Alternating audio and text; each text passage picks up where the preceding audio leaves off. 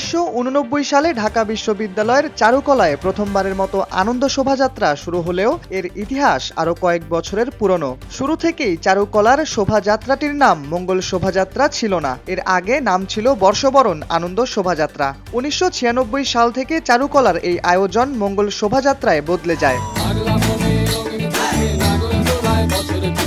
সংবাদপত্র থেকে যতটা ধারণা পাওয়া যায় সে অনুযায়ী ১৯৪৬ সালে চারুপীঠ নামের একটি বেসরকারি প্রতিষ্ঠান যশোরে প্রথমবারের মতো নববর্ষ উপলক্ষে আনন্দ শোভাযাত্রার আয়োজন করে।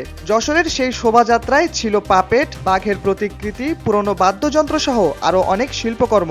পরবর্তীতে যশোরের সেই শোভাযাত্রার আদলেই ঢাকার চারুকলা থেকে শুরু হয় বর্ষবরণ আনন্দ শোভাযাত্রা।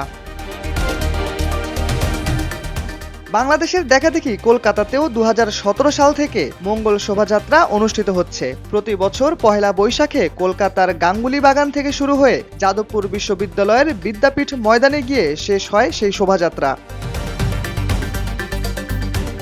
জাতিসংঘের শিক্ষা, সংস্কৃতি ও বিজ্ঞান বিষয়ক সংস্থা ইউনেস্কো বাংলাদেশ সরকারের সংস্কৃতি বিষয়ক মন্ত্রণালয়ের আবেদনের প্রেক্ষিতে ২০১৬ সালের ৩০ নভেম্বর মঙ্গল শোভাযাত্রাকে বিশ্বের গুরুত্বপূর্ণ অধরা সাংস্কৃতিক ঐতিহ্যের তালিকায় অন্তর্ভুক্ত করে।